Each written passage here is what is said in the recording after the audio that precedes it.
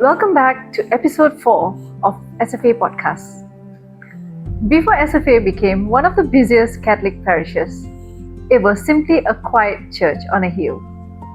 No packed ministries, no crowded parking lots after Mass, just a simple community, a handful of friars, and a mission rooted deeply in faith. And many still remember it by another name, Gethsemane Church. Behind the name is a remarkable story shaped by missionary courage, sacrifice, and generations of faithful parishioners.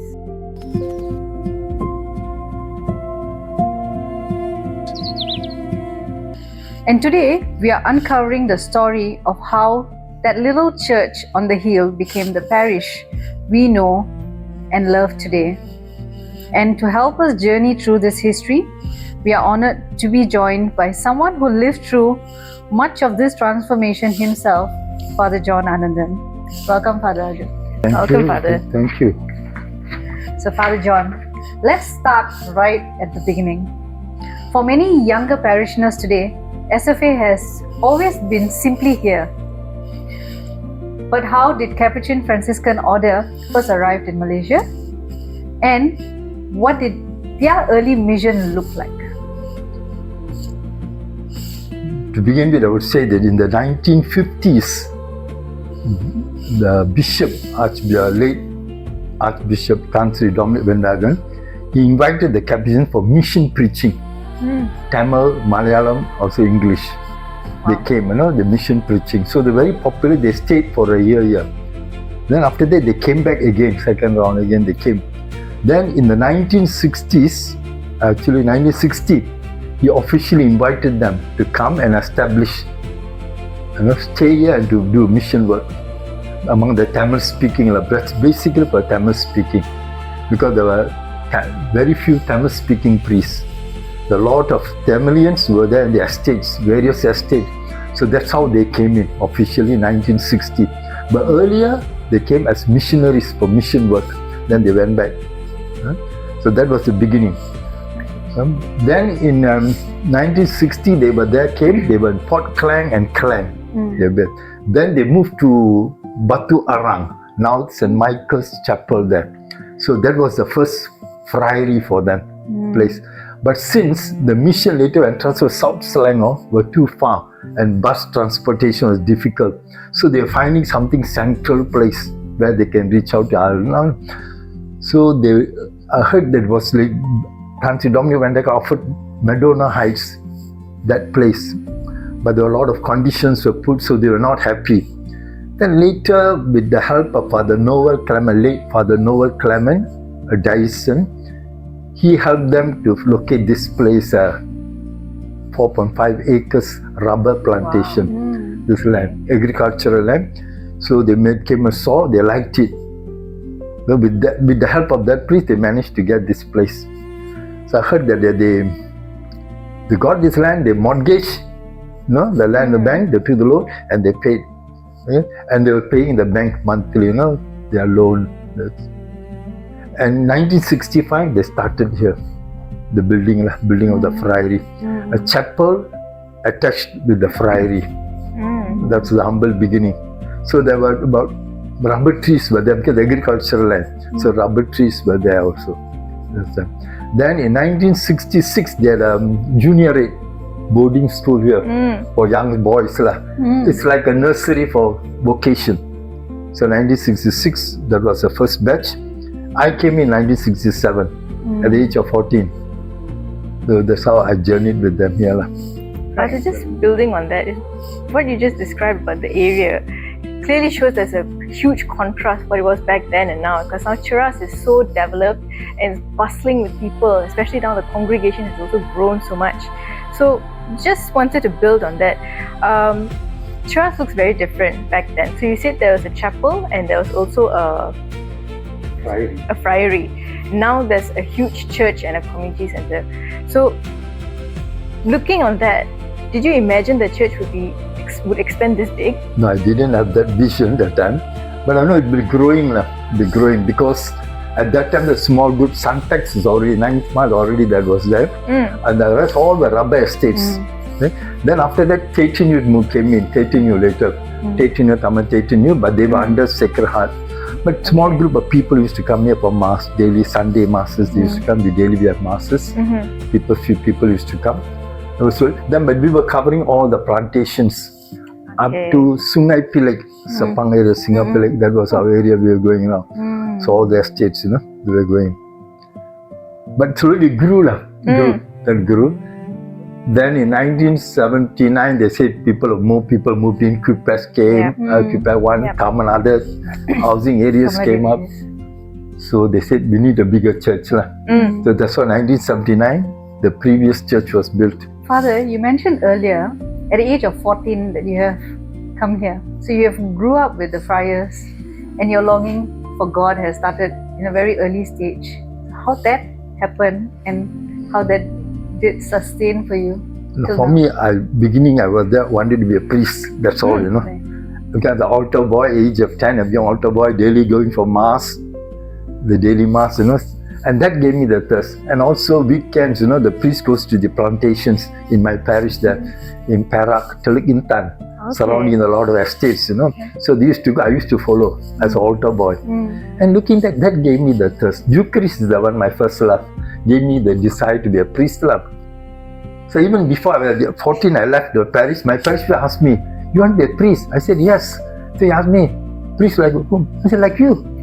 I said, "He's a diocesan priest from China, Chinese priest." I said, "Like you." He said, "Then why do you want to go to Kuala Lumpur?" In his mind was very clear.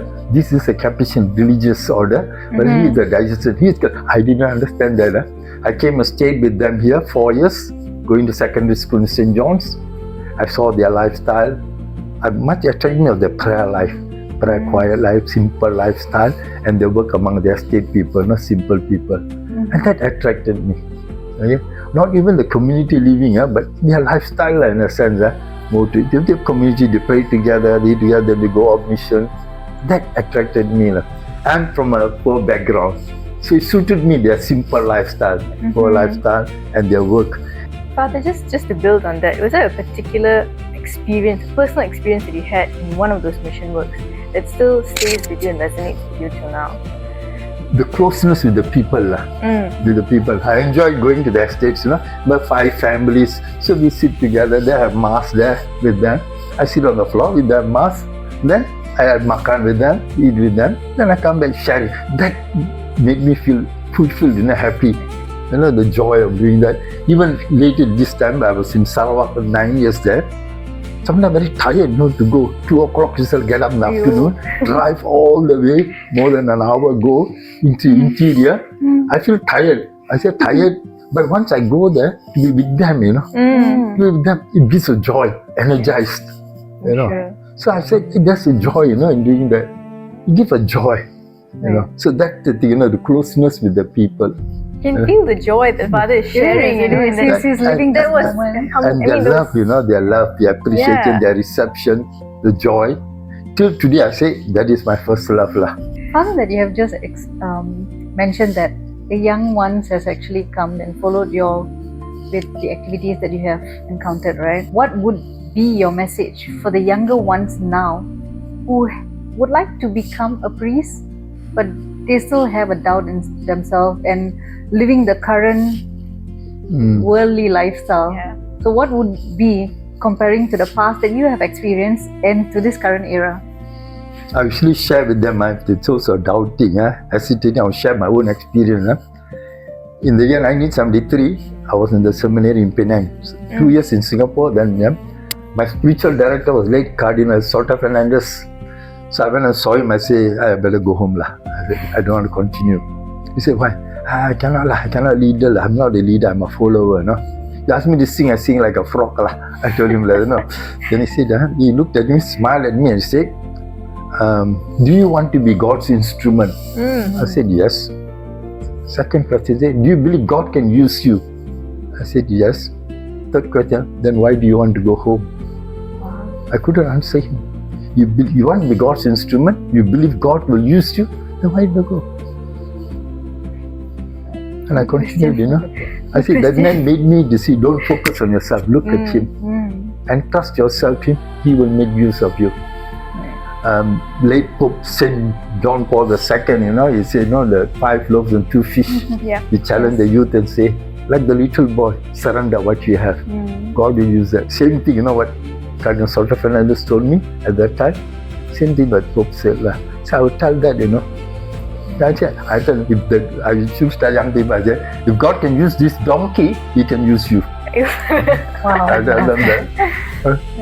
For my message is that, not you don't try, give yourself. Right. God can work wonders. Indeed, indeed. He does. Yes. And have you ever imagined that you would take up as a parish priest when you were serving as a young boy? Oh. A priest, yes, but not a parish priest. Right. I never thought about that now. Yeah. And how did you say yes to becoming a parish priest? The situation was there, so I had to take it. Then I went through, but the people were there. And I made silly mistakes also, with the young immaturity, all that. But I learned with the people. I learned. But one thing, another thing, when the Cardinal told me, I knew that was lack of confidence in me. But that made me humble. Okay, my inadequacy made me humble, open to work with people, to ask. That's why I work with parish council.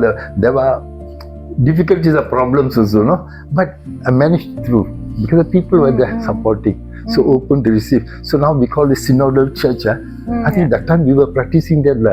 The parish council people were there. We were working together, listening together, doing what is best for the people.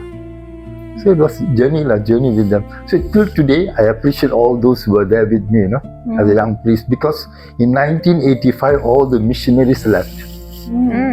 So I was left alone with 2 lay brothers, Brother Dominic Francis and Brother Pius Joseph, the only priests. So that time a lot of the English speaking and the Tamil speaking leaders were there for me, supporting. And that's when they started the Parish Renewal Experience program came in also. So really struggle was there, but there the people were there. That is the thing, I say God is there with me. Through the people. So that's my struggle at the time. But I say, made me humble, In my inadequacies, made me humble to open to others. So I say, thank God for that. I was not proud in a sense.